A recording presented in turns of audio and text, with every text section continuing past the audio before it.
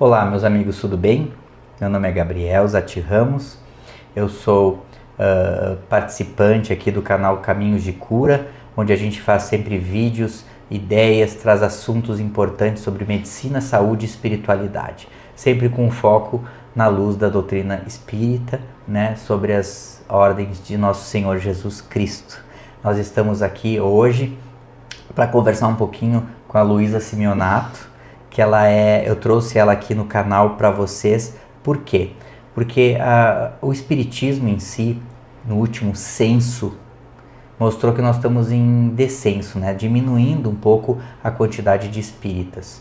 Então, o Espiritismo ela é uma religião, uma doutrina, né? Mais para adultos, alguns falam que é idosos, que nós estamos envelhecendo e a gente precisa de gente nova, de atrair as crianças, atrair os adolescentes. A Luísa é estudante de medicina e ela também tem formação espírita.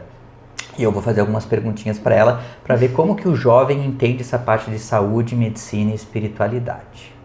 Então, com a palavra Luísa. Luísa, fala um pouquinho de quem é você. Bom, então, oi a todos, meu nome é Luísa Simeonato. Eu agora sou estudante de medicina, vou começar o 7º semestre, eu estudo na Universidade de Caxias do Sul.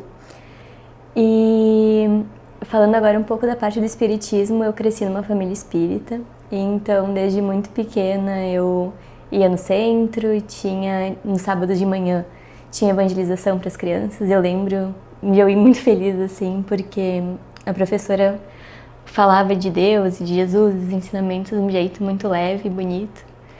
E sempre foi muito normal, natural para mim, mesmo que o estado da onde a gente é, né, mesmo que Caxias do Sul não seja uma cidade tão espírita, para mim sempre foi muito natural. E quando eu percebi que a gente não tinha tantos espíritas entre nós, foi um choque, assim, porque para mim realmente era meu mundo, tanto que ainda é.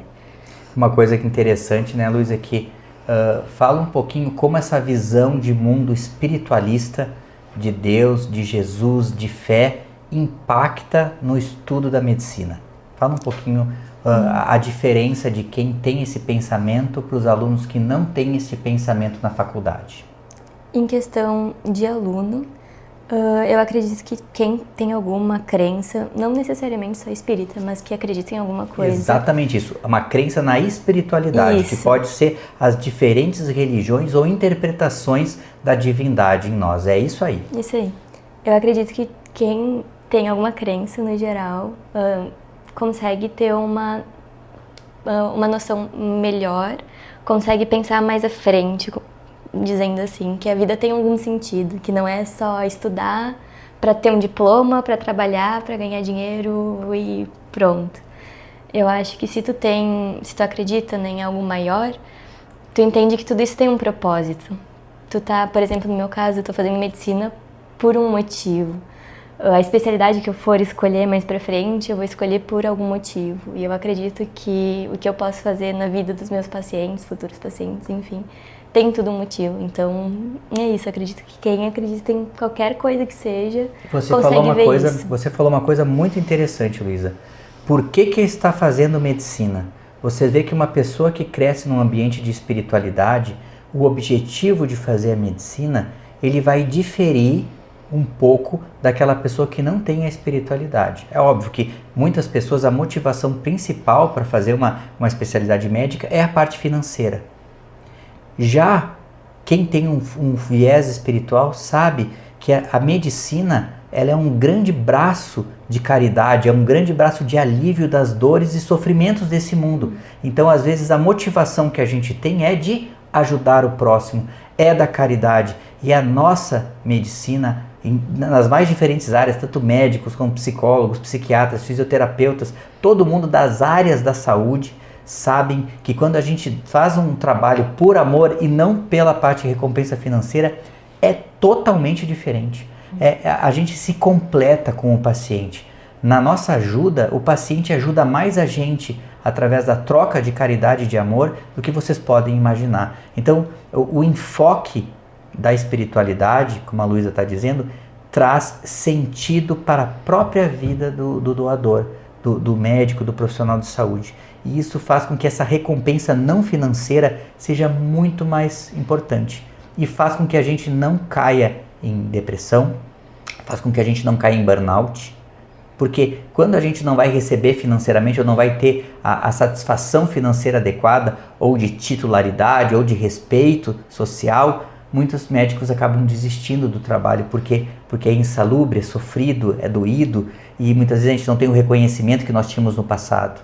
Agora, o sentido espiritual está muito mais importante do que ele deveria, porque o médico já não recebe tanto como ele ganhava no passado.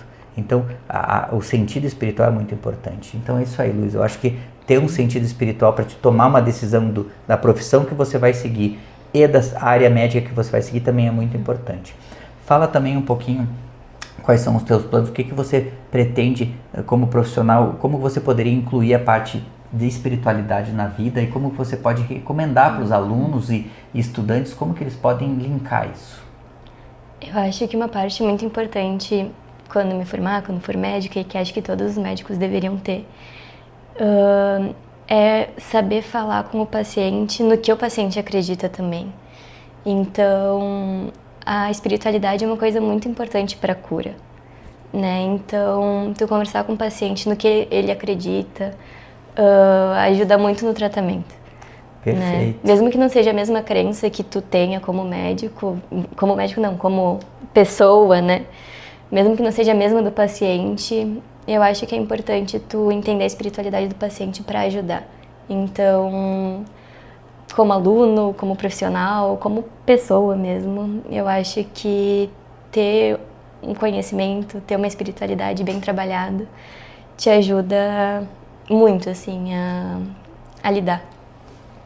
O paciente é uma coisa que no último congresso que eu tive da Associação Médico Espírita de São Paulo, eles bateram muito na tecla de o profissional de saúde deliberadamente comentar isso com o paciente. Perguntar qual que é a tua crença, qual que é a tua religião. Será que você não quer incluir tanto o padre ou o pastor ou o palestrante espírita ou os familiares para te ajudarem na tua cura? Não é algo que a gente tem que talvez falar, é algo que a gente tem que falar ostensivamente. E isso, em inúmeros trabalhos científicos, mostrou uma mudança radical nas melhoras de doença, na melhora de resposta a tratamentos médicos, oncológicos e o que vocês podem imaginar. Então, falar sobre espiritualidade para quem está na medicina é agora um dever, tá bom? Então, eu acho assim que o que a Luísa está falando de poder incluir, falar sobre isso é sensacional, tá? Outra coisa, Luísa, a gente tem poucos estudantes médicos espíritas que querem falar sobre isso, poucas crianças. Como é que a gente, me dá uma ideia, como é que tu acha assim que a gente poderia incluir isso nas escolas, nas faculdades? Porque eu acho que a gente está carecendo um pouco disso, né? Uhum. Eu confesso que quando eu comecei a faculdade eu fiquei mais afastada, assim, do espiritismo. Que começa a pensar muito na vida acadêmica, na vida profissional e aquilo enche a cabeça, assim.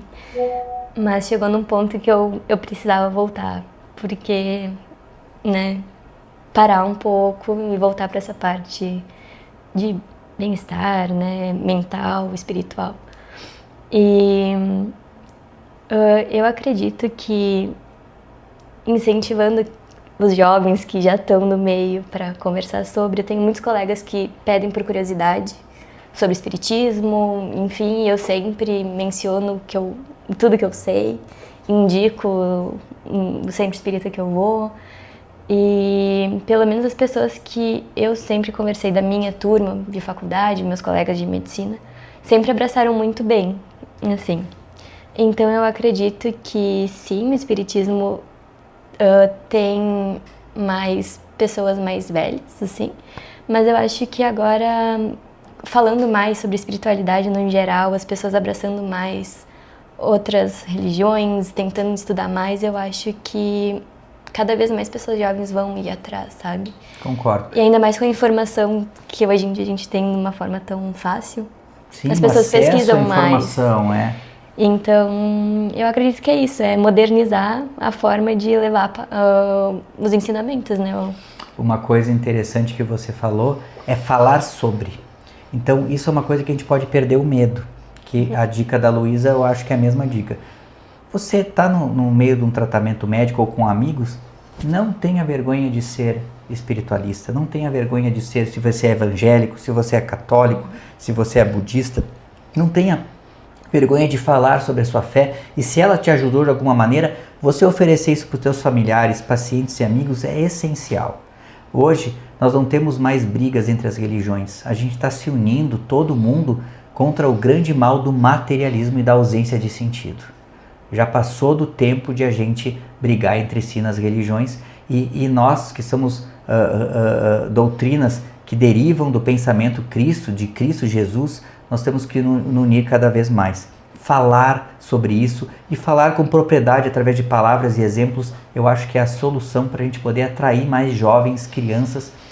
Como é que elas vão saber sobre espiritualidade se nunca ninguém fala?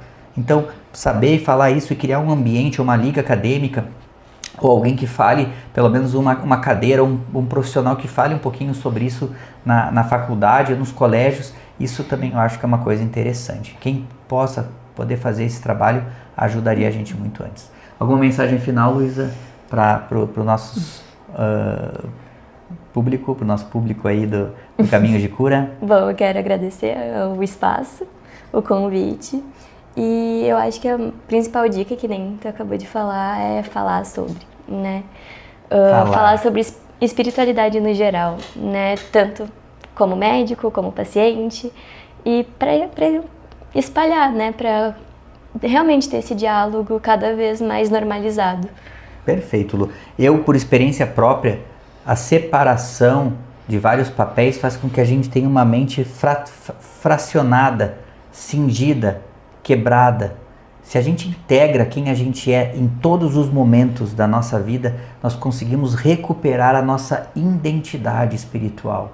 E isso vai fazer com que a gente consiga ser mais autêntico e verdadeiro nas nossas relações em todos os momentos. Então eu não posso ser só médico e depois eu vou em casa, eu sou espírita, depois eu estou no centro espírita, eu sou espiritualista, quando eu saio de lá do centro eu não sou mais nada.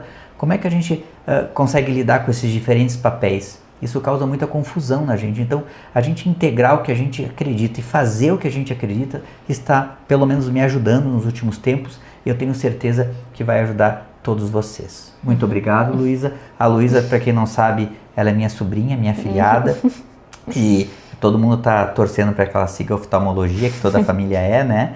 E quem sabe também ela pode escolher o que ela quer também, mas desde que ela siga esse pensamento de integração da espiritualidade com a área profissional, ela vai ser o profissional do futuro, que é o que todos queremos, um profissional que tenha a empatia, o amor, a visão espiritual e ao mesmo tempo a competência técnica, para unir os dois mundos, tá bom?